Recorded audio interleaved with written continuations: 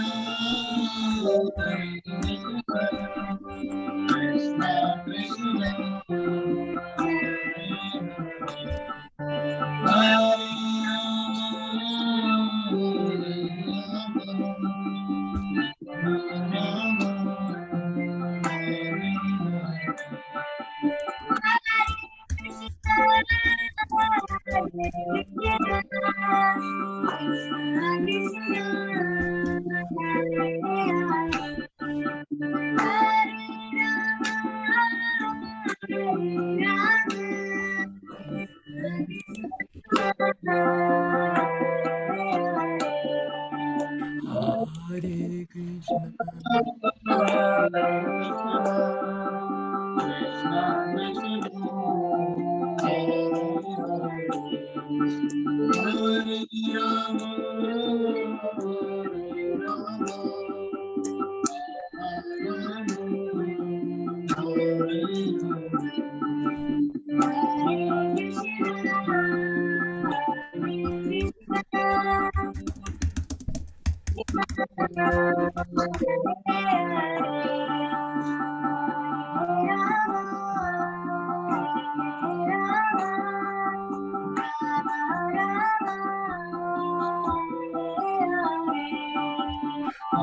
Hare Krishna, Hare Krishna,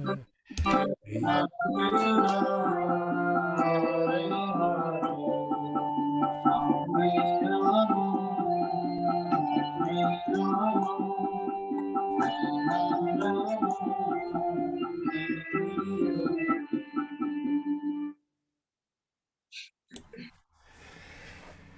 Can you hear me okay? Am I unmuted adequately? We can hear you, Prabhuji. Okay, everybody, that was Subi Raghava, along with her dad and sister from Utah, regular joinees, part of our congregation. And on Facebook Live, we have Ajay Gupta, we have Allison, we have Jagadambika from Culver City, California, William Griffith, also from Los Angeles, Arpit Singh. I met Arpit last night at the feast. Arpit and Malesh were sitting at the table with Omkar. Yeah, thanks very much for joining us. We have Rob on Zoom, as well as, of course, Rakesh and Subi Sarabi. Namaste. Also had Hare a Krishna. few moments to talk to you and your good husband last night during the Sunday feast as well. And did you have any takeaways from last night's program, Sarabi? Possibilities, that was Us? the word. Tell me, tell those of us who weren't there what you're referring to when you say possibilities. So sometimes we block our minds thinking that it is not possible. There were several strong examples that people who lost their limbs can get up and win the race. So there is a possibility, and nobody should block their mind saying that no, they can't do it. There is a possibility.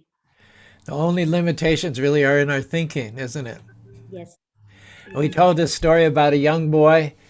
He never knew his father. His mother had issues of her own. He grew up in the projects. And very early, he was labeled as an at risk child. And having that label on him, he went downhill. He got in a wrong crowd. He was always in trouble. Finally, one day, they sent him to the school counselor. And she was talking to him, talking to him, talking to him. And he finally just said, "Hey, don't you know you're wasting your time? I'm an at risk child." She looked at him. She looked him in the eye and she said, "I don't care who told you that. They're wrong. You're an at possibility child."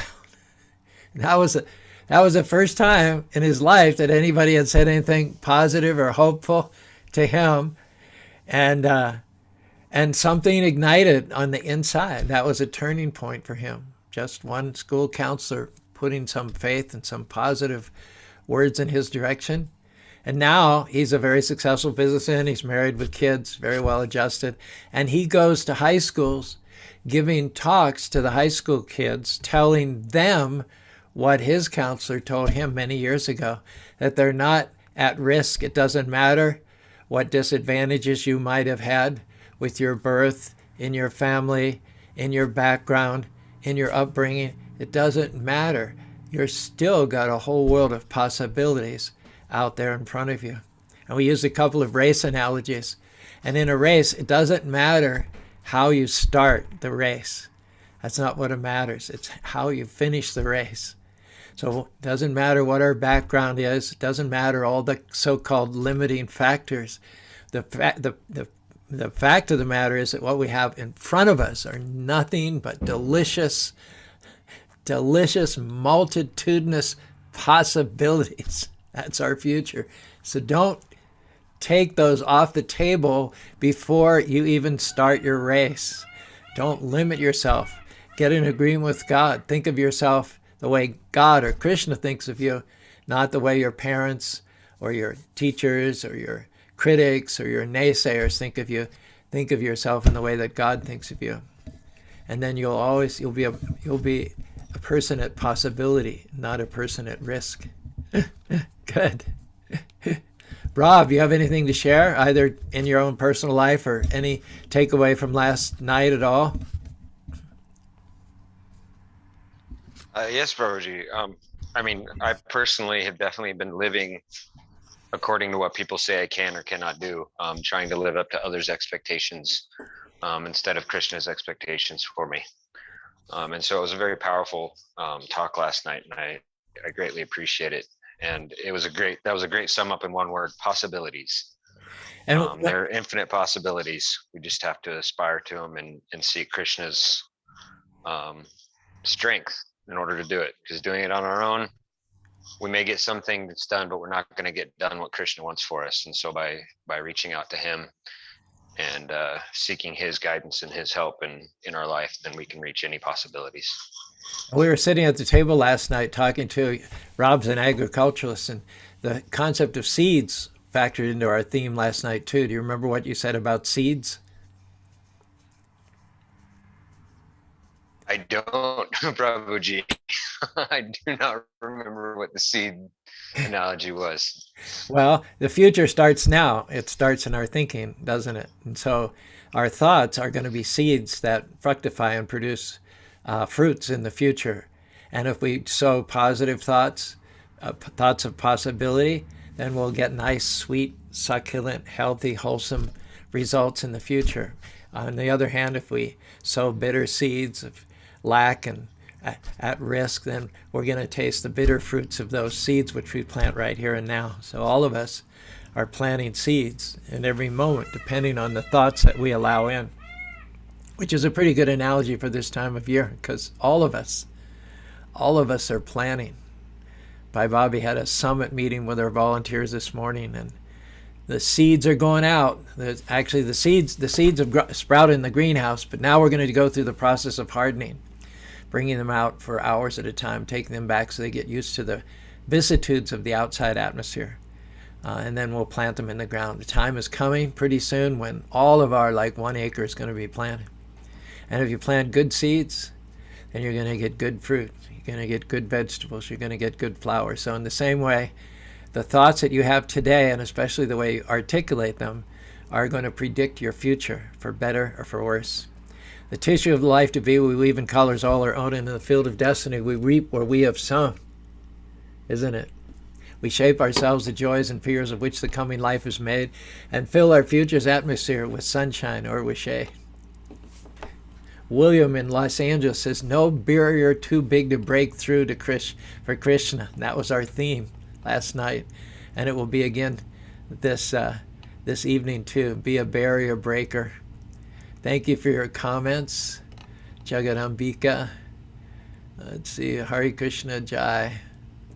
So let's move to Ishan. Ishan always has penetrating insights, and he's also out there on the front lines as a key member of his debate team, which goes nationwide in different competitions and contests.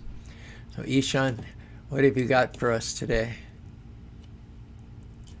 Let me put the gallery view so we can see everybody at once. There we go. And Dad's there too. We want you all to pray for Kapila's parents. They tested positive for COVID, but the good news is they've each had 1 shot, right? Yes. Okay, so it would seem to be the case that having had 1 shot, the symptoms will be less than what they would have obviously without 1 shot. And his father is not symptomatic. That's right. Correct. He's And his mom is doing well as well. mom is doing well too. Okay, so everybody together, 3 times the mantra for Kapil's mom and dad. Tell us their names again. Shri Jugal Kishore and Gita Shah. Gita and Yugo Kishore. So keep them in mind as we say 3 times. Hare Krishna, Krishna Krishna, Hare Hare, Hare Rama, Rama Rama, Hare Hare. Hare Krishna, Krishna Krishna, Hare Hare, Hare Rama, Rama Rama, Hare Hare. Hare Krishna, Krishna Krishna, Hare Hare, Hare Rama, Rama Rama, Hare Hare. Send those out. And I want you to pray also for me, that my hands grow back. I was going to count 1 recitation of mantra, 2 recitations of mantra, 3 recitations of mantra, but what happened to my hand? Help! So Ishan, can you share something with us? Yeah, so our debate tournament that was yesterday and today, it was a smaller tournament because they kind of chose which debaters came. So usually you just sign up for a debate tournament, you pay the fees, etc. But this one was hosted by the University of Wyoming, and they were just going through each state and just picking like the top teams from each state to compete at this one tournament. So they picked like 2 from each state, and so there was no fees, but it's a very, very kind of prestigious tournament insofar as like you don't pay anything, but the university gives, you know, like actual plaques to the people that win, that are like crap, that they have like you know, your name written on and everything, like if you go well. And so my partner and I, we got 3rd place at the tournament. So that was my highlight of the week. Cool. What was the subject of the debate? So our topic stays the same year throughout the year, and so it was criminal justice reform. All right. All right. And do you have a room full of plaques and awards that you can show us sometime? I have a shelf with my trophies, but yeah, not a room yet. Okay. Well, fantastic. Ishan gave the talk last Saturday. He gave an amazing talk. I gave the talk last night, and Kapilji is going to give the talk next Saturday. You told me the theme. Hold on a second. Hold on a second. What was it? So it's fear. Fear. Oh, yeah. What a great subject matter, and how to overcome it. So you all be sure to tune in. Either come physically, if you can, to our temple in Mill Creek on Saturday night at 7 o'clock to hear Kapilji's talk, or tune in on Facebook Live, Hare Krishna Temple in Salt Lake City. All right. All right, Rakesh, what would you like to share? You and Subi. Subi's also quite the star in her school. She wins a lot of spelling contests, doesn't she? Yes, Prabhuji. Yeah, she's doing great, and they have this speech festival going on. So she deliver. I think they will choose the winner. So hopefully she can move to the next level. If not, it's a good learning experience for her. So yeah, she's doing great in school. Do you have something to share? Yes, in my music class, we are learning how to play the recorder. So I passed off yeah, 3 of my songs on the recorder. The first one was for my white belt. It was Hot Cross Buns. The second one was Merrily We Roll Along. That was for my yellow belt. And the third one was Gently Sleep, and I passed off that for my orange belt. Recorder's like the harmonium, isn't it, pretty much? No, wait, it's like a flute. Recorder's Oh, like right. a hollow pitch. Okay, cool. All right. So you guys want to read the verse here, Rakesh? It's if you have a copy of the Bhagavatam on your phone or the paper copy, we're at verses 20, excuse me, 28 and 29 in the second canto, second chapter, first canto. Sure. You can read the first one. You guys might need to move a little closer to the microphone. I think it's slightly cutting in and out. Yeah. Is it any better, Prabhuji? Much better, yeah. Okay. Vasudeva Paramveda, Vasudeva Paramaksha, Vasudeva Parayoga, Vasudeva Parakriya, Vasudeva Paramjanam, Vasudeva Param Tapaha, Vasudeva Paro Dharmo, Vasudeva Paragati. Translation? Yeah. Sure. In the revealed scriptures, the ultimate object of knowledge is Sri Krishna, the personality of Godhead. The purpose of performing sacrifice is to please him. Yoga is for realizing him. All fruitive activities are ultimately rewarded by him only. He is supreme knowledge, and all severe austerities are performed to know him. Religion, dharma, is rendering loving service unto him. He is the supreme goal of life. Should we read some purport as well, Prabhuji? You are on mute, Prabhuji. Yes, please do read some of the purport and add any insight that you might have as well. Sure. That Sri Krishna, the personality of Godhead, is the only object of worship is confirmed in these 2 shlokas. In the Vedic literature, there is the same objective, establishing one's relationship and ultimately reviving our lost loving service unto Him. That is the sum and substance of the Vedas. In the Bhagavad-Gita, the same theory is confirmed by the Lord in His own words. The ultimate purpose of the Vedas is to know Him only. All the revealed scriptures are prepared by the Lord through His incarnation in the body of Srila Vyasadeva, just to remind the fallen souls conditioned by material nature conditioned by the material nature of Sri Krishna, the personality of Godhead. No demigod can award freedom from the material bondage. That is the verdict of all Vedic literatures.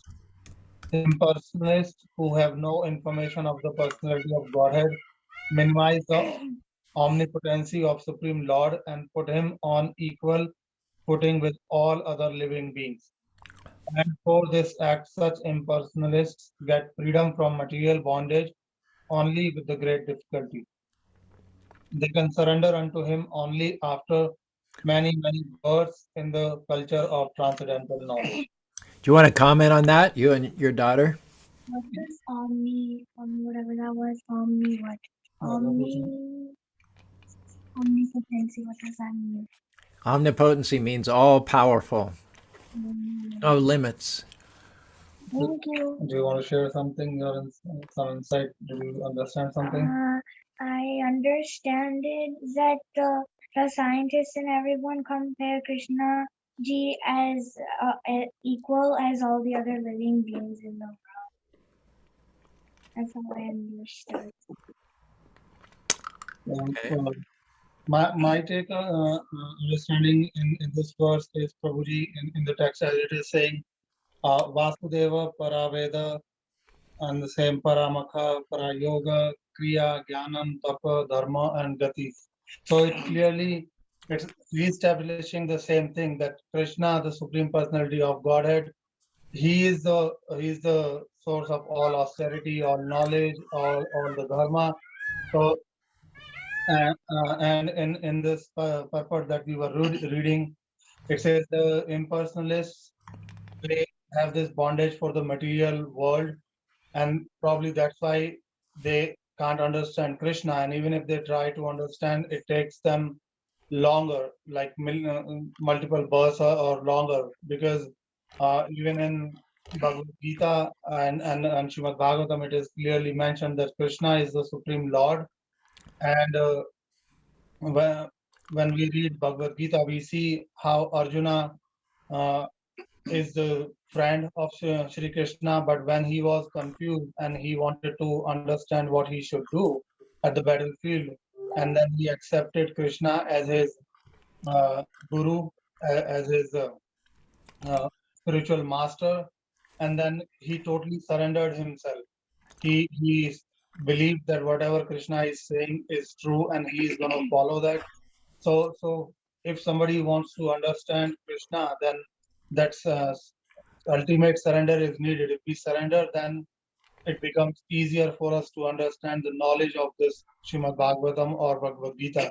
Whereas the impersonalists, they want to understand everything from a material point of view, and they are not able to surrender because bhakti yoga or surrendering to Krishna, the bhakti cannot be understood from material bondage, or if you have the senses of material understanding, that's very difficult. So we have to surrender to Krishna so we can understand his personal, like his power, and if we accept him as the Supreme Personality of the Godhead, then it becomes very easy. Yeah, there's all kinds of activities that are listed here. Practically every uplifting activity known to man comes in this verse. Yoga, study of the Vedas, performance of sacrifice. Kriya means activities, in other words, doing your work for the satisfaction of the Lord. Jnanam, pursuit of knowledge. Sapa, austerity. Dharma means integrity, righteousness. And then at the end, Gati, the ultimate destination. So every uplifting activity known to man is listed in these two verses. And in each and every one of those activities, it is Narayan or Vyasadeva who is to be realized, who is to be achieved. So it doesn't, you could do any of these for many lifetimes, but without identifying, targeting Narayan as the goal, the satisfaction of Narayan, without doing what you do to put a smile on the face of the Supreme Personality of Godhead, it's going to be more or less a waste of time, especially in personalism, as you mentioned. It says study of the Vedas is meant for realizing Narayan. So those Vedantists who are not bhakti yogis, who do not unfold and develop and enrich themselves with a feeling of bhakti and increasing love for the Lord. Sometimes it said Vedantists, doing a play on word, Veda means without and Danta means teeth. They study the Vedas without any real result. Like a person without teeth can't really chew and enjoy food and release the juices in them. So the juice of the Vedas, the juice of pursuit of knowledge, the juice of austerities, the juice of performing sacrifices, the juice of yoga is to please the Supreme Lord Vyasadeva. Right or wrong? So like sometimes those impersonalists, they put up the argument like why should we surrender to Krishna, or why should we read Srimad Bhagavatam or Bhagavad-Gita, why not the Vedas? So it's like if you want to put up those arguments, then you'll be spending your time in those arguments itself. Because Krishna very well established that thing and confirmed that I am the Bhagwan. In Bhagavad Gita, he said, I am the Bhagwan, I am the Supreme Lord. And Srimad Bhagavatam is the essence of all the Vedas. Even Vyasadeva, when he wrote Mahabharata and so many other Vedas, he was still not satisfied. He was still hankering for something.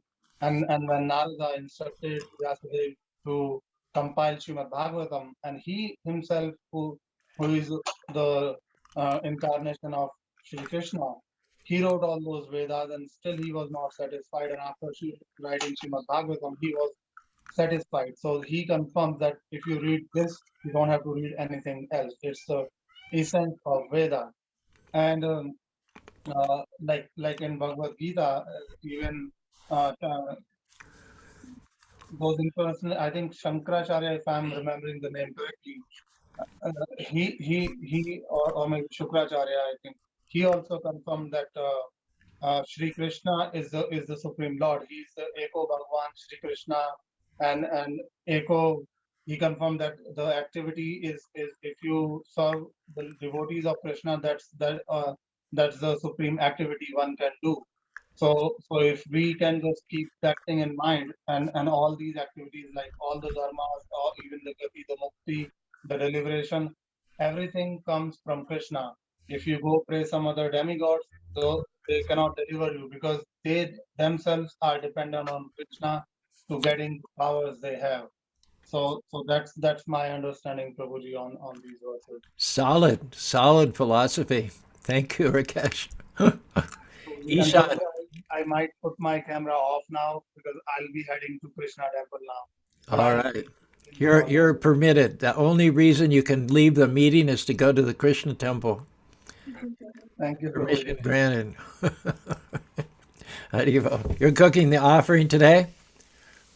Oh, he's gone. Gone to cook the offering. We're joined by Ajay. Not cooking the offering, but we cooked the sweet kheer for offering today. And I think Subi sings a nice bhajan also every Sunday to the Lord, isn't it? Yes, Prabhuji. Yes. Wonderful. So let's hear. Ajay joined us for the first time. We'll call on him in a second. I'm sure he's got some good insights to share with us on bhakti. But we want to hear from Ishan, seeing as how Rakesh referred repeatedly to debates and argumentation and things like that. He has a unique perspective on that. I think it was Radhika Raman Prabhu who gave this analogy, but he said, or I've heard this analogy somewhere, that everything you do, everything you own is just a bunch of zeros, and Krishna is that one, right? And so all of your, like, if I have 100 zeros, all of those zeros obviously still hold no value, because even though there's 100 zeros lined up next to each other, they have the same value as just 1 zero. But if you add Krishna to all those zeros, which is that one, right? Then all of a sudden, right, if you have 2 zeros, now your value is like 100. So um so he said that, like, even so this verse, right, describes uh the kind of nature of Krishna, right? The power of Krishna and who he really is in terms of, or like philosophically speaking, right? Not speaking in terms of his pastimes or anything, but just kind of like the way somebody would understand Krishna, who's at the first step of bhakti. And if you're at that stage, then doing everything like thinking about Krishna.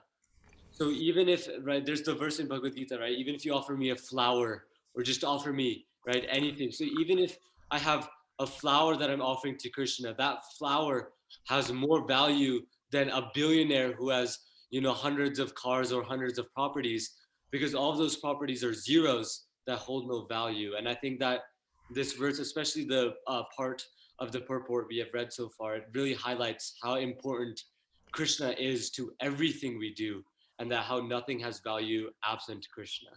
Have you heard this verse? Bhagavad Bhakti Hinasya Jahi Satamja Aparna Shiva Deyasha Mandalam Lokaranjanam. Anybody know that verse? No, Prabhu. Activities without the one, without the digit, 1 0, 2 0, 3 zeros, a million zero, all those activities, if they don't have the Krishna.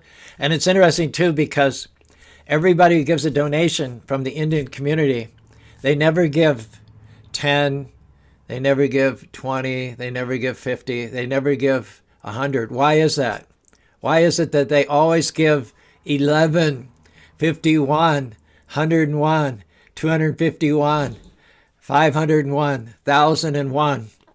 Why is it that they always add the 1 to their donation? Do you know? No, Prabhu. Well, for the reason that that's the digit. That's the 1. That's the 1. See, you give $50, then you add 1. That's Krishna. So that's the same idea, what you're talking.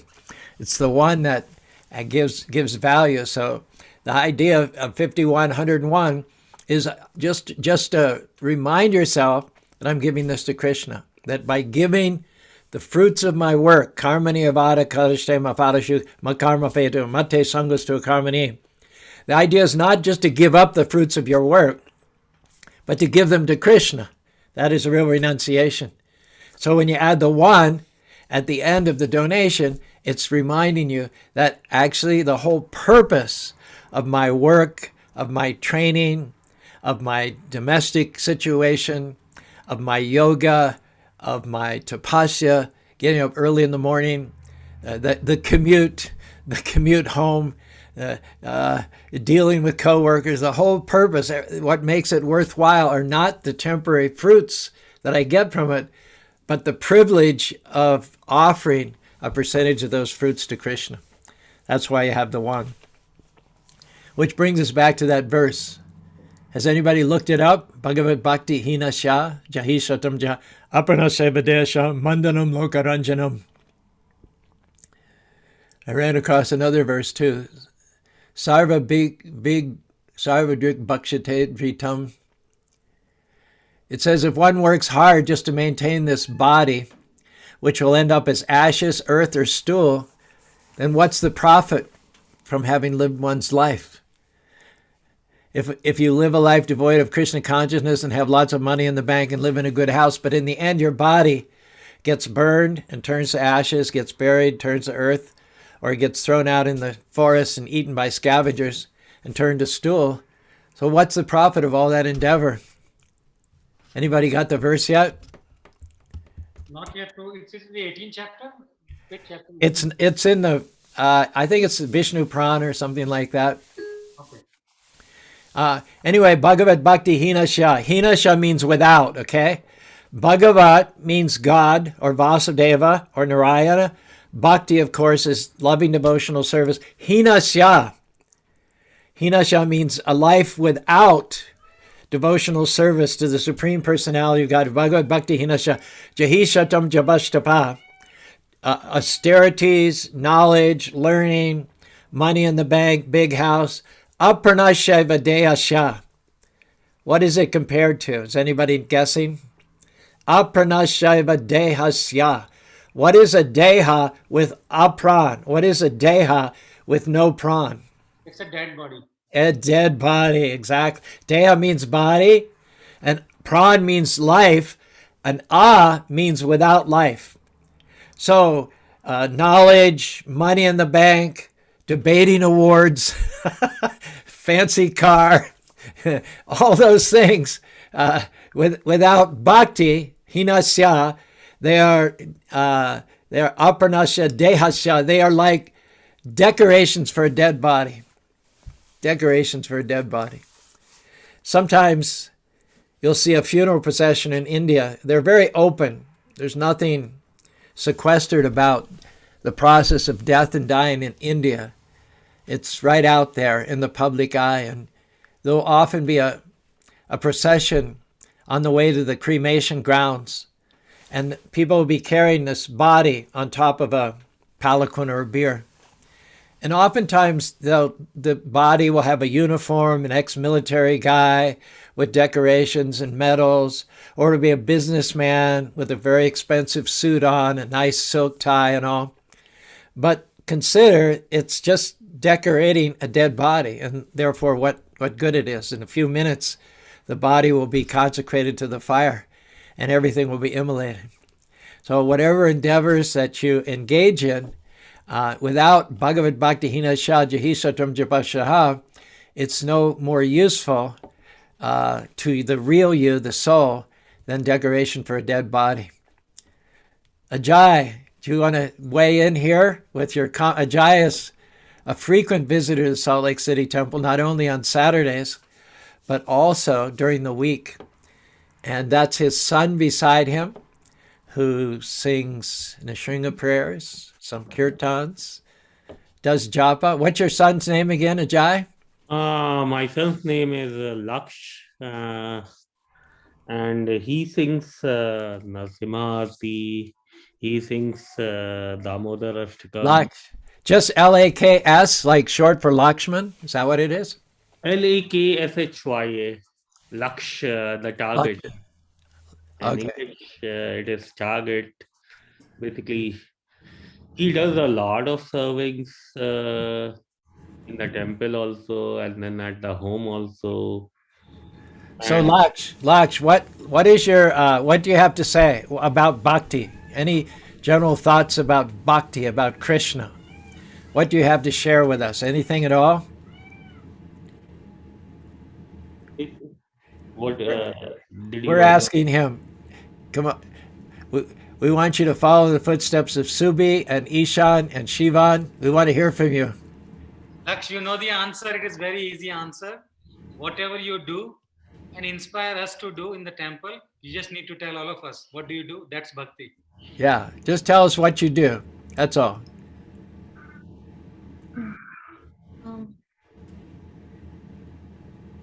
बोलो जो करते हो, what you do. बोलो बोलो बोलो बोलो. I do seva. That's it. What kind of seva? Sometimes when I have to sometimes there are some dirty dishes, I clean them, and if there's anything to cut, I'll do that too. That's basically what I do. So you're after the special mercy of Krishna, right? By doing cleaning. Krishna likes those that do the most menial of tasks. So you're actually very shrewd. You're very intelligent to do that service which most pleases Krishna, cleaning.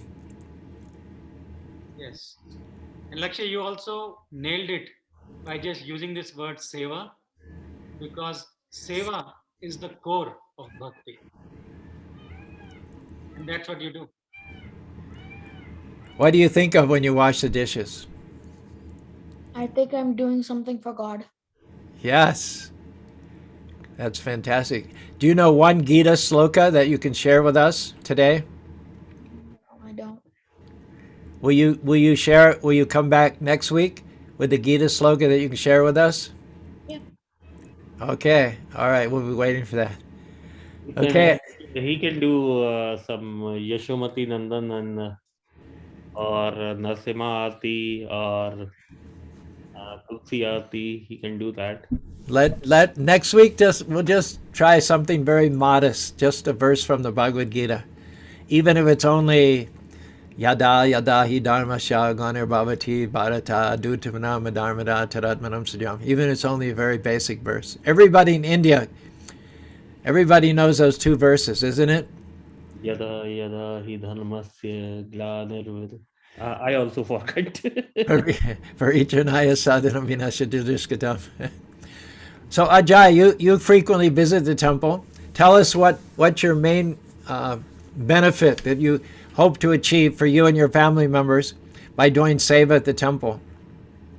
I used to do it is not from basically I have been doing it from last 15 years, basically 15 or 16 years when I got my first salary, and then I started with that. At that time my mom was also there, so I used to do a kind of food serving every 3 months. Every 3 months of the year. So every quarter, I used to do basically in India. Oh, but what is your internal? What we want to know what your internal thinking is, not what you do externally, but what your internal thinking is, what your realization is. Basically, the things are what I have heard, what I have realized is that birth and death are in the hands of God, but He has given us the opportunity. Everything is fixed. Everything is being fixed at the birth time only. Everything is being on your. So it's by the God grace, it's by the Krishna grace that situations will come. How exactly you are going to perform or you are going to react with the situations, that is up to the God. I heard it said that life is 1% what happens to you and 99% how you respond to it. Yes, and that response comes from when you are in connection with the God. So In that's what, connection, yeah. that's what we try to that's what we try to work on in our Saturday night programs and our Zoom meetings. We try and work on the fact that even something seems to be for your harm, someone's speaking against your back, or there's a pandemic, you have a health challenge, there's trouble at work. Krishna knows how to take what seems to be for our harm and turn it around for our good. So we need to always keep the positive attitude and see the good in the situation. We always learn from reverses. We always learn from challenges. And we always, if we respond in the right way, in a God-centered way, in a faith-filled way, we always build our character up to the next level. So that's why we do service. We want to stay, like you said, stay connected with Krishna so that when things happen to us, and this world is a world of problems. What is that verse? Samsrita ye para palava param mahatpanyam punyaya shomana param param baba burir param param yabipara natesham. This world is actually a world full of crises. Believe it or not, it's full of danger at every step. Just look at what Kapil's dealing with right now with his parents, and they had a world record. You know that in India. I read this morning, they had a world record for new COVID cases, 350,000 reported. And they figure that there's twice, 3 times that, which are unreported. So just tell me that this is not a dangerous place. Just tell me that it's not a world of crises. So the crises will come, but it's our job to always be in touch with Krishna, to have Krishna running through our minds. And in that way, when the crisis comes, we'll view that through the Krishna lens. And so we'll what happens? see good in it. why I generally go to temple every week, 2 or 3 times, at least 2 times. Uh, so basically, I want to have the sense of bhaktiness and the sense of bhaktiness and spirituality to be there in my kids. Okay. And when I am doing, see, the kids are going to follow what their parents do.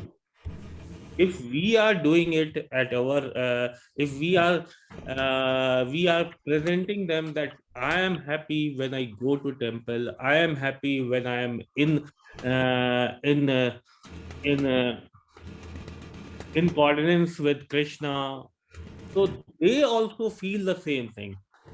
So Bhagavatam, it says, Savai Bhagavatam Raja Pandavyo Maharata Bala Krishna Krita Nyadate. Says that it talks about the upbringing, the family into which Maharaj Parikshit was born, the great dynasty of the Pandavas, all of whom were great devotees of the Lord. So the Parikshit is a little toddler, just like Lakshai and even younger than Lakshai. He saw his elders, his parents, his uncles, his grandparents, doing arti, worshiping the deities, performing kirtan, chanting. And in those days, the king sponsored many, many holy men. Their entertainment at night was not TV. TV is called the idiot box. TV turns your brain to mush. It says that TV programs are geared for someone of the mentality of about 10 or 11 years old. So it dummies you down. What the great saints and sages and kings of the past would do is they would support and subsidize the holy men who in the evening would provide entertainment by singing the glories of the Lord, dramatizing pastimes from the Mahabharata and Ramayana, sponsoring dance programs, giving lectures and discourses. Extremely exciting. There are even today Bhagavad-Gita reciters who incorporate storytelling and drama, singing and bhajans and music. And it is the highest type of entertainment. People wait till the evening comes to get that association. So Maharaj Parikshit, as a child, grew up in that environment. And so he had to have become a pure devotee. There's just no two ways about it. So you're talking about the importance of modeling devotional behavior as a father for their children. I've seen it time and time again. I've been a devotee or trying to be a devotee for 50 years. I was life membership director in Los Angeles. In fact, we just had, when I was in life membership director in LA from the 80s, 1980 to 1990, one of the members who used to come pretty much every Sunday, he came quite a distance because he lived in North San Diego County. His name was Diru Tantod and his wife Manju. They would come. We had a little life membership house and a wonderfully intimate association there every Sunday. Prasadam was brought. We would serve prasadam. We would sit and talk. And I still have many, many intimate friendships with those people from LA. To this day, which is 40 years later, we still get donations from Los Angeles for the Utah Temple Project. So just the other day, his daughter and her husband and 2 children stopped by the Spanish Fork Temple. They saw I said, "What brings you to Utah?" And she said, "We came just to see your temple." I said, "You came all the way from California?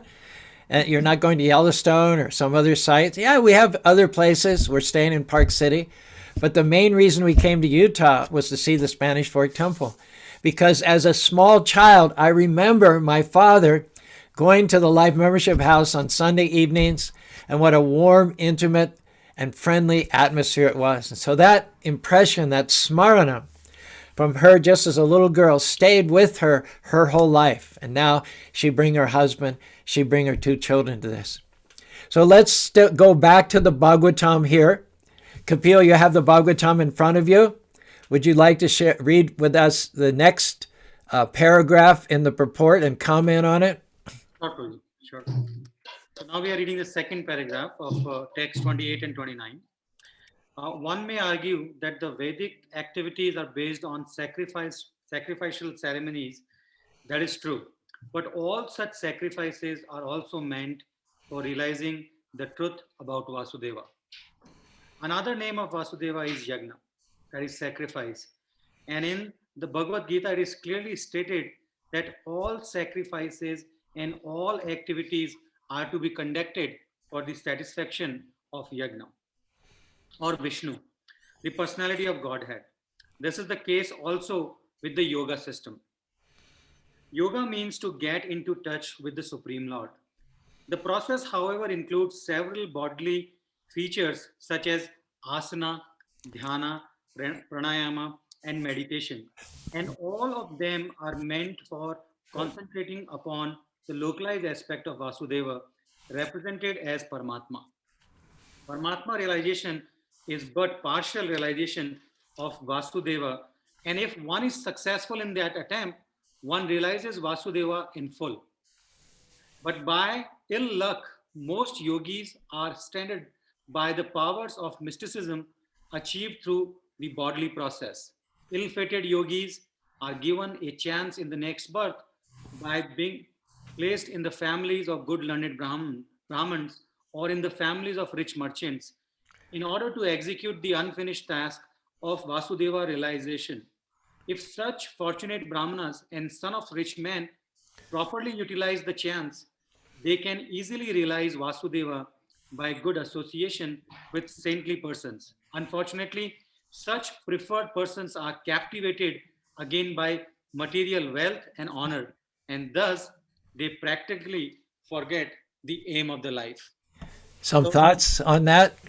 Prabhupada, I think after reading the Bhagavad Gita time and again, there are a lot of important messages, especially in the context of our current situation. You can aspire for wealth, you can aspire for fame, you can aspire for beauty, you can aspire for renunciation. But one of the most important aspect, like people, even after those, there is hankering. So Prabhupada gave a peace formula in Bhagavad Gita. And I encourage and suggest everyone to read that verse. It's the 29th verse of 5th chapter. And Prabhupada, very, like, in a very simple term, he said that that's the ultimate peace formula. So let me read the peace formula for you and then we can talk about it. 5.29, Krishna says, Bhoktaram yak tapsam sarvaloka maheshwaram suridab sarva bhutanam gyatvam mam shanti mochati.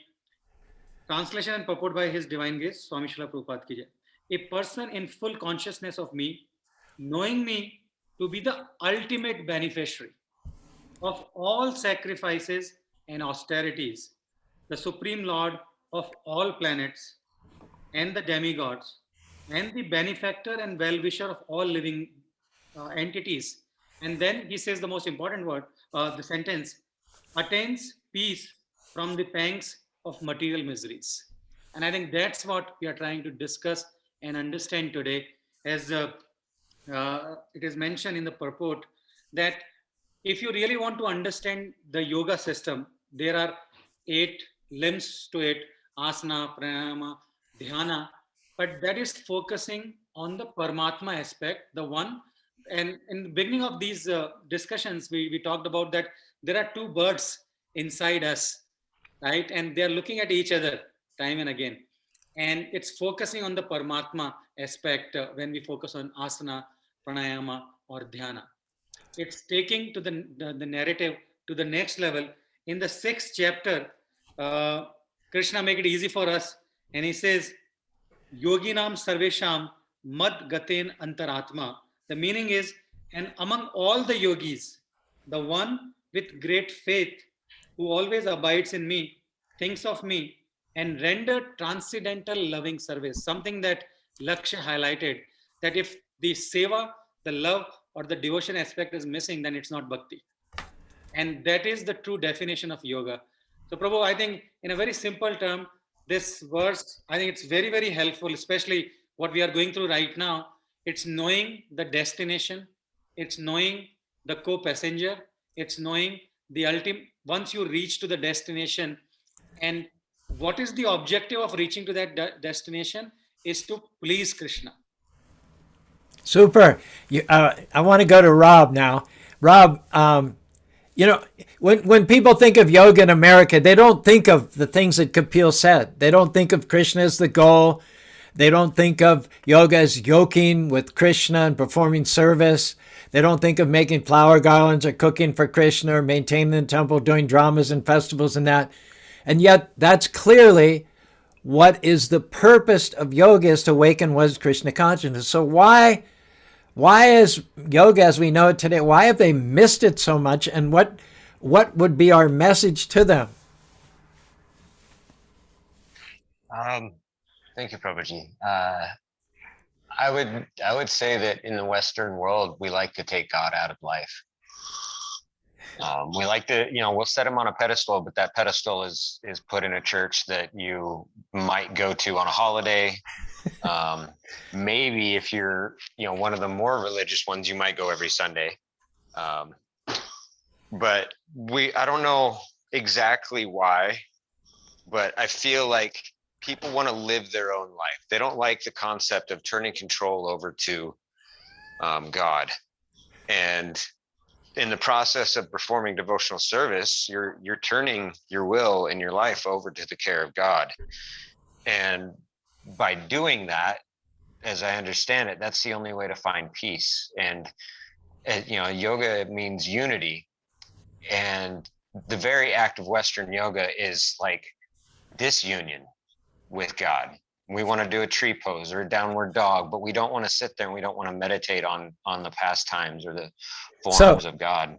So maybe they should say, come to the un-yoga studio. Yeah, exactly. Come and take a class with us and de-yoga yourself. Yeah, they've turned it into a material acquisition and a material concept. Do yoga to feel good. Do yoga to look good. And would you agree with me that a lot of yoga, not all, because many of them are yoga is a way of opening up to the divine. It's a way of purifying yourself. It's a way of experiencing discipline. Yoga generally leads to a pure diet, and many yoga classes have kirtan. So having said that, there are probably a certain percentage of yoga teachers, which is not small, who would be outraged to suggest that Krishna should be the goal of yoga. They would say, you Krishnas, you guys are trying to limit us, you're trying to restrict us, you're trying to impose your point of view on the whole industry. What would you say to that? Yes, trying to turn yoga into a religion. Yeah. If they only knew. I would agree that happens a lot. In fact, on Wisdom of the Sages, there was an episode that I was listening to the other day. Raghunath was talking about trying to speak the Bhagavad-Gita or the Bhagavatam at a yoga class that he was asked to instruct at. And the instructor was like, oh, stop bringing Bhagavad-Gita into this. Stop bringing Krishna into this. And Raghunath was just kind of like taken aback, like, that's what this is. You can't take him out of it. This is what yoga is. And so I found that, somewhat humorous that they actually asked him to come and instruct, but then they told him not to, and not to perform yoga in the proper way. So yoga, I tell people, you probably heard this from me before, I tell people yoga is not something you do an hour a day for good health. Yoga is something you do 24 hours a day in order to awaken your love of God. Of course, you can do the exercises, you can do the breathing, that's fine. You can do that an hour a day, which is, many people do it an hour a day. But then you can spend another hour making flower garlands. You can spend another hour cooking an offering. You can spend an hour in the morning and an hour in the evening sitting down and discussing Bhagavad-Gita and Srimad Bhagavatam. You can spend an hour learning a musical instrument like the harmonium or the mridanga. You can spend another hour memorizing slokas and repeating slokas. You can spend an hour writing. You can spend an hour listening to a talk by your guru. You can spend an hour listening to a talk by another interesting personality. How many hours did anybody add that up? I mean, I think we're probably up to about 12 very, very satisfying, informative, uplifting, purifying hours of the day that are going to steer us towards God consciousness. Now, Ishan is a busy young man. He has school. He has extracurricular activities in the debate club. And yet, he finds time to Krishnaize it. He gives excellent lectures. He gives magnificent kirtans. How do you find enough time in the day, Ishan? I I mean it's like just Or maybe we should say that there is enough time, but what are your secrets of managing your time? I think I'd frame it as like just knowing knowing where to not spend that extra time, right? So like it's like obviously I do talk to like friends and everything, and socializing is obviously super important, but like there's like only so much you can talk about in a day. But then like the next thing you can do, right? Like whether I know a lot of people, they watch TV, they play video games. Um, I've never like personally been interested in video games, but like obviously I watch TV as well. But just knowing to not watch so much TV that it takes out of your like spiritual time or your time for yourself. So, either you can spend, 15 minutes, or you can spend a half an hour or an hour. So if you choose to only spend 15 minutes and then spend the other 45 minutes learning a new tune on the harmonium, or, realizing another beat on the mridang, or memorizing another slok. And I think that extra time, that 45 minutes that I would have spent watching TV, now I can spend doing some spiritual activity. So just knowing where to cut down or what to cut down on so you can increase that spiritual time. I have a confession to make. Very well done, Ishan. I'd like to super, excellent. I'd like to share something with you too, an innermost secret of my heart. I found that the thing that makes me bounce out of bed the most in the morning is that if I've started a new sloka the day before, I found a new sloka, and because I give class Monday, Tuesday, and Wednesday, Saturday, and Sunday, I'm very lucky because I can use them. I have lots of opportunities to use the slokas and put them out there, and it's through slokas that I get a grasp on the philosophy. It's the Sanskrit, which is to me much more compelling, embeds itself more deeply than the English translation of the verses. So I don't start with the English and then do the Sanskrit. I start with the Sanskrit and then do the English, like Bhagavad Bhakti Hina Shajahisha. We just put that together word for word from the Sanskrit, not from the English going to the Sanskrit. So the thing that makes me most excited, and some people will think, well, true, get a life, but I'm telling you, to me, this is life, is if I start learning. I started a verse today, and I don't remember what the verse is right now, but it's a gradual process, And what I do is, if I find a new verse, I'll chant Manasha Sri Krishna Paradavinda Vishamsiva. I'll chant it on the joints of my fingers. I'll chant it 1, 2, 3, 4, 5, 6, 7, 8, 9, 10, 11, 12 times. And then I'll get up the next day and I'll have that verse sort of vaguely in my mind, and I'll want to get a firmer grip on it today. So as well as reciting all the verses that I already know, I'm going to add a new verse to my repertoire. And it takes some time. It's one verse can take up at least a week until it becomes more or less automatic and rote. But that grappling with a new verse, that excitement, and as you memorize verses in Sanskrit, it really opens up the realization, much more so than just reading in English.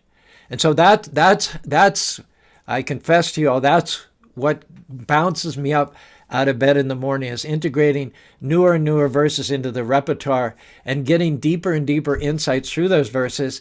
And I'm very lucky because I get to share those with people at least 7 times a week as well. Yeah, I completely agree with that. Like, I think there's a Sanskrit of verses is because, like if you listen to a song, right, you can like listen to like the composure of it, like the lyrics, and some artists, like their lyrics will really like blow you out of the water, right? Because they're so deep, so meaningful, but also sung in such a like beautiful way, and that like all the words, the way they make the rhyme schemes and everything. And then if you think that here we have like the lyrics sung by Krishna himself, or like these spiritual personality of Godhead, the all attractive, the most beautiful, you're listening to his like words, and I think that is so much more valuable than the English sometimes, because you can just like feel the connection to the Sanskrit verses. I think every single day, like, or not every single day, but every single time, like, I do anything or any big thing for myself, anything I achieve, anything I accomplish, my favorite verse in the Bhagavad Gita is Karpanya Dosho, I think like 2.7 or 17. And that verse, like, it just keeps coming back into my mind. Sing it for us. Sing it for us. Karpanya Dosho Oh, Shubha. Pichami dam nama samuda cheda yaksriyasin nistitam bruhitan me sishyasteham sarimam tam prapanam. Yeah, and the translation is, I'm not going to like do it, but it's, Arjuna saying that, okay, I agree, I am lost, please help me, I am lost. And I think that is like the essence of humility. That is where you want to be in Krishna consciousness, is not only the ability to just say Prichamitam, like not just the ability to say, yeah, I'm lost, but to actually believe that you're lost. And then the next step is believing that Krishna will actually, like, find your path and help you find your path. And so I completely agree. I feel like the Sanskrit is the essence of the verse and not necessarily the translation. Good. Let's go to Sarabhi. Sarabhi, she doesn't say as many words as we do. She's not as voluble, but she hits deep. She goes very, very deep, and her words are revelatory. Her words are like flowers that open up new vistas for us. And so a word or two from you, Sarabhi, on this. What makes you come back again and again to the study of the Gita and the Bhagavatam? So, Prabhuji, I will tell you one thing. Yesterday, I told my husband that Charu Prabhu never forgets to compliment each and everybody on the panel, Zoom meeting or anything. But I told you that I recently started rereading Bhagavad Gita, and 2.7, which Ishan just said, it is in my notes because you said to take the notes. I am taking the notes, and it says that repeat this verse several times and you get guidance. This is the practice in the monk fraternity. We repeat this below verse and go to sleep, and you will get clarity and knowledge to it. And this is what it is. And as the situation is going on and all that things are there, again, I repeat, like I remind myself again and again, nothing is certain here, nothing is permanent here. Wow, wonderful. We start out by talking about repeating and memorizing the verses that Krishna said, but this is a verse that Arjuna said. Karpanya dosho pajaha shobhaha pajaha. And Arjuna is us. Arjuna is in a situation of being overwhelmed, having the forces come against him. It looks bad. The odds are against him. There's no way out. And so Arjuna appeals to Krishna. Sishaste hamsari. Krishna, I can't figure it out. I place myself at your lotus feet. You please enlighten me. You please guide my footsteps out of this complex situation. And as Surabhi just pointed out, we all are in the same position as Arjuna. Arjuna is the same position that we face every day. And when you not only repeat, and why should we make up new verses? We're not poets. We're not litterateurs. We're not authors.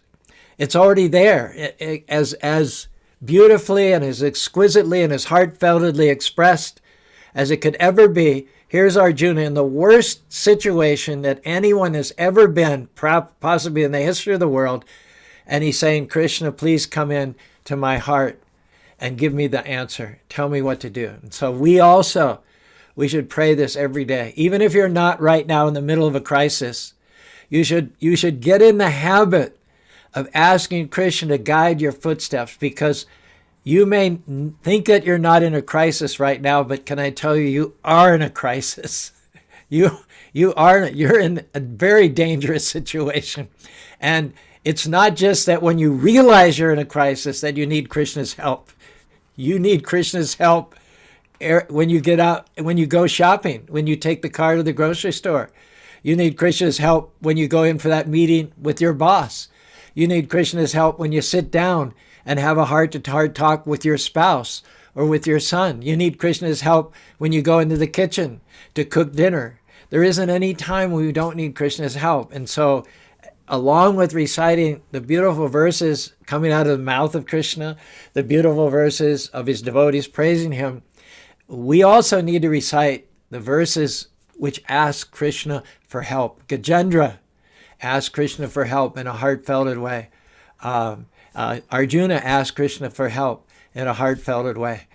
We should also include these verses in our repertoire to help us navigate, us and our loved ones and those for whom we care, navigate the very perilous and dangerous path from this side of the ocean of birth and death to the other side of the ocean of birth and death. Agree. And Jarababu, this reminds me of a memory with you, and it happened in 2014. So you gave me an opportunity to accompany you to go to BYU on this panel discussion. And I think one of the questions that was asked to you was, how should one read Bhagavad-Gita? And I remember the answer that you gave is on your knees. And when you are on your knees, what should you recite is Karpanya Dosho, Rat Svabhava, Pashyami Tvam Dharma. And I think after reading that verse time and again and hearing a lot of lectures on this one, that sets the premise for the entire Bhagavad Gita and the life or the life of a devotee or the endeavor one should make. And the most important word of that verse is the Yat Shrehasha. Because often when you approach a doctor, a teacher, a mentor, or a well-wisher, we always focus on prayers, that what's in it for me. The modern management, all the trainings, they are focused on what's in it for you. So focus on what's in it for you. But this verse takes the narrative to the next level by saying that don't worry about my immediate benefit. Focus what is for my ultimate benefit. That is the stress, and that you can only get from a guru by asking them that forget about my immediate benefit, focus on my ultimate thing, which is conducive for my progress. Thank you so much. Tajmad Guru Prapadyaho Jignashu Sarayutanram Sabda Kare Para Shreyam Samapastyate, for one's ultimate best interests and for the best interests of one's loved ones.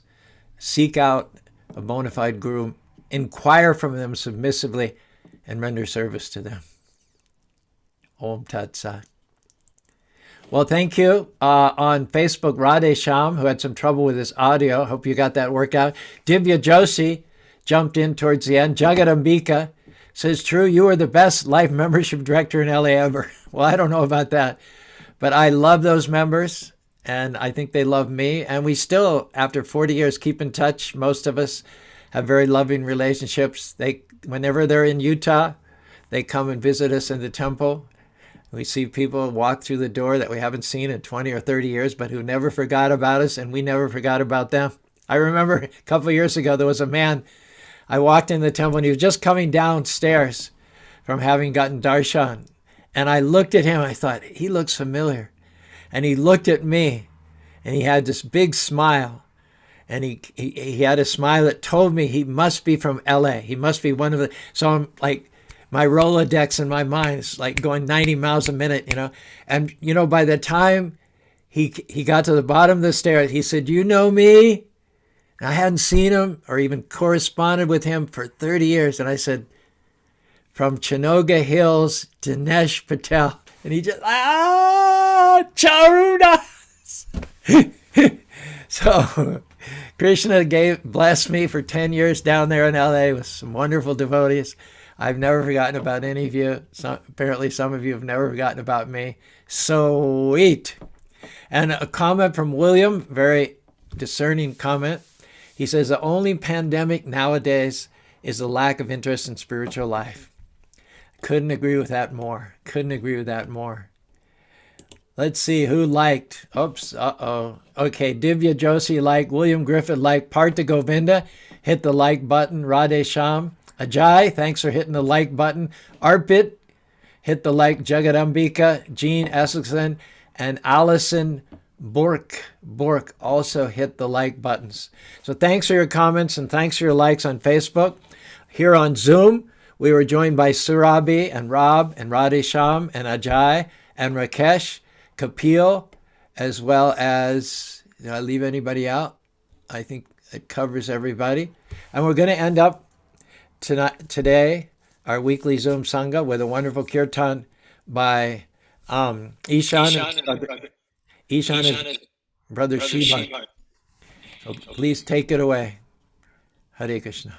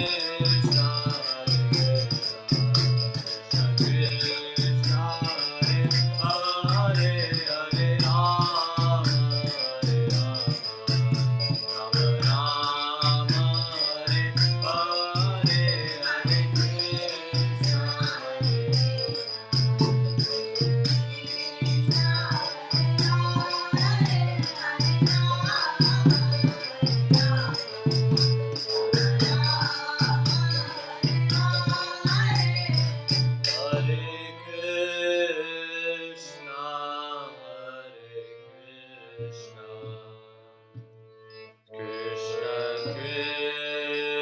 Krishna, Hare Hare, Hare Rama, Hare Rama, Rama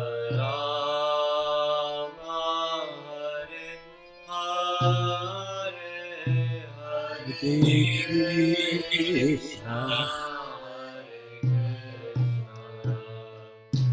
Krishna Krishna, Hare Hare, Hare Rama, Hare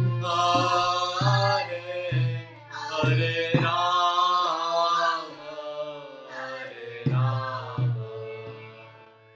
Rama Rama, Hare Hare.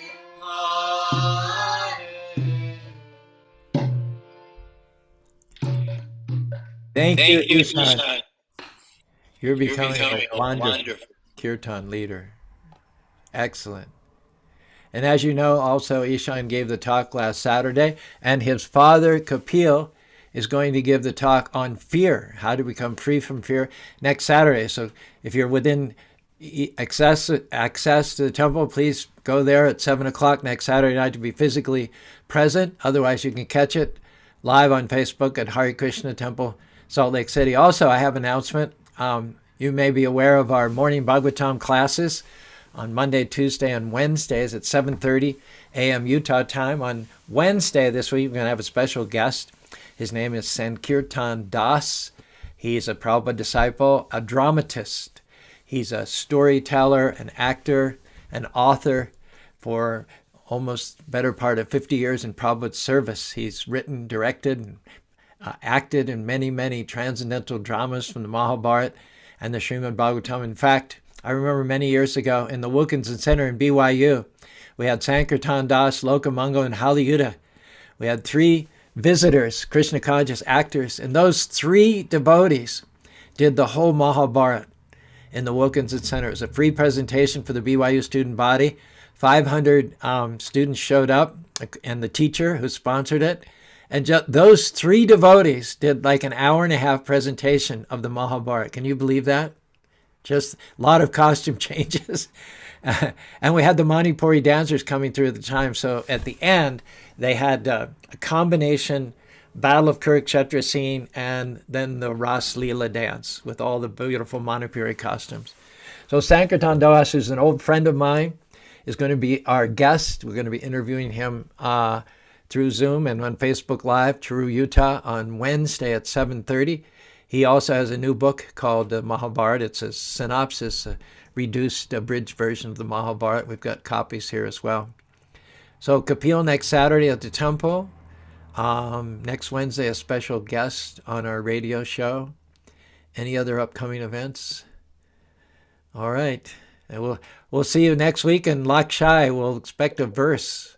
Ajay, you make sure that Lakshai can give us a verse and a little purport next week from the Bhagavad-Gita. Is that all right? All right. Ji, Prabhuji. Okay. Haribol. Haribol. Thanks to one and all for joining us. Keep chanting Hare Krishna, Krishna Krishna, Hare Hare, Hare Rama, Rama Rama, Hare Hare. Special prayer for Kapil's mom and dad also to get better. And there's a devotee, Pankajanya. They're 2 twins. They're originally from France, Gyanivas and Pankajanya. They have been pujaris for the deities in Mayapur for the last 45 years. They have hardly ever even left the property, but Pankajanya has serious complications from COVID. He's in a Calcutta hospital getting medications. His situation is critical.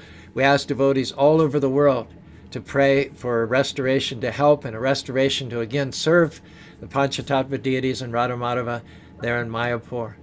So chant for all those who are suffering from COVID. Chant to ask that all those whose service has been interrupted, that they be restored and be able to resume their service in the lotus feet of the Lord. And we know that no matter what happens, no matter what the outcome is, we can only ask. But whatever the disposition of that is, we agree in advance that even if it's not what we asked for, it still is going to be the best thing. Thank you, Lord, for having us in the palm of your hand. Thank you, Lord, for working behind the scenes. Thank you, Lord, that you can take what seems to be for our harm and use it for our good. Hare Krishna, Hare Krishna, Hare Krishna, Krishna Krishna, Hare Hare, Hare Hare Ram, Ram, Hare Ram, Hare Ram, Rama Ram Rama, Hare Hare.